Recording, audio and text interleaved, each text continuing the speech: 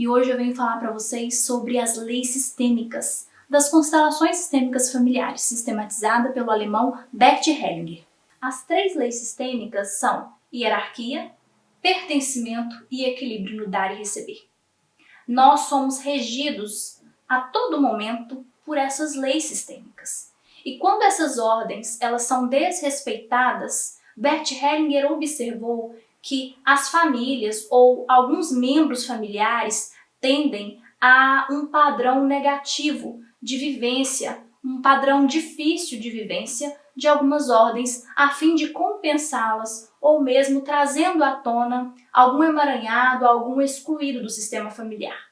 A primeira lei sistêmica, a lei da hierarquia, ela diz pra gente que todos os membros que vieram antes em um sistema, em uma família, eles precisam ser contabilizados e reconhecidos nos seus lugares. Ou seja, pai no lugar de pai, filho no lugar de filho, a honra aos ancestrais e a honra a todos aqueles que vieram antes.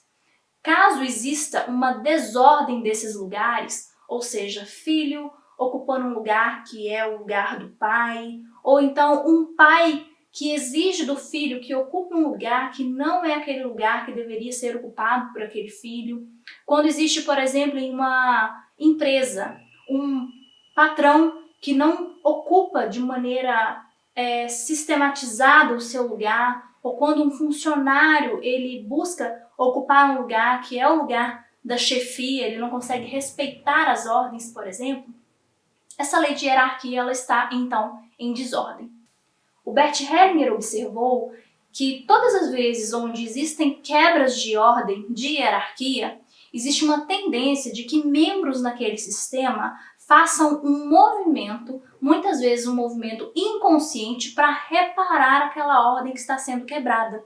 Então, por exemplo, se em uma família um filho não reconhece um pai ou uma mãe como pai, como mãe, e não consegue estabelecer essa honra sistêmica a eles, aquele filho ele vai perdendo a força no decorrer da própria vida. É como se a todo tempo ele buscasse a nível inconsciente uma reparação daqueles lugares que não foram devidamente ocupados no interno, no profundo, na alma. Também é muito comum que pessoas que estão em desrespeito às ordens de hierarquia, elas tenham problemas com regras, com chefia. É como se ela vivesse um eterno repetir de problemas relacionados à ordem. Quando a gente fala da segunda lei sistêmica, a gente fala do pertencimento. Ou seja, todo ser humano ele pertence dentro de um sistema. E quando a gente fala de família, todos os membros da família, aqueles bons e aqueles que a gente acha, que não são tão bons, aqueles que a gente percebe que sobressai na família de alguma maneira bonita, e aqueles também que de certa forma são vistos pela família como alguém que envergonha a família, todos eles pertencem, todos eles são importantes. Ou seja, quando a gente exclui algum membro do sistema, a gente está deixando como se fosse uma cadeirinha vazia. E no inconsciente familiar, um membro que nasce futuramente, muitas vezes em uma outra geração, ele terá uma tendência de desenvolver comportamentos muito parecidos com o comportamento daquela pessoa que foi excluída. E às vezes a gente exclui porque nós não concordamos com a atitude da pessoa, ou porque aquela pessoa cometeu um crime, ou porque ela envergonhou o sistema. Ou às vezes também a gente exclui uma história porque nós esquecemos daquela pessoa, porque aquela história foi uma história difícil, foi uma vivência traumática. Os filhos abortados, muitas vezes eles são esquecidos porque eles não são contados como membros do sistema. Muitas pessoas fazem isso inconscientemente. Muitas vezes nós excluímos pessoas de maneira inconsciente. Porém, o nosso inconsciente ele não aceita a exclusão e o inconsciente se encarrega de buscar incluir novamente. Por isso existe uma tendência da repetição daquelas situações, daquelas vivências, e aquele passado parece que sempre retorna nas próximas gerações. Por isso a importância da inclusão, que é o retorno da ordem do pertencimento, que é a segunda lei sistêmica. A terceira lei sistêmica é a lei do equilíbrio no dar e no receber. Essa lei ela começa lá na infância, lá no início da vida, quando nós recebemos dos nossos pais a vida. Ou seja, o filho ele é menor que os pais, sempre, independentemente do que tenha acontecido naquela relação, do vínculo que foi estabelecido entre pais e filhos. Todo filho, diante dos pais, é menor, porque recebeu muito, recebeu a vida. Mesmo que o filho tenha recebido a vida e os pais o tenham abandonado, receber a vida já é algo grandioso.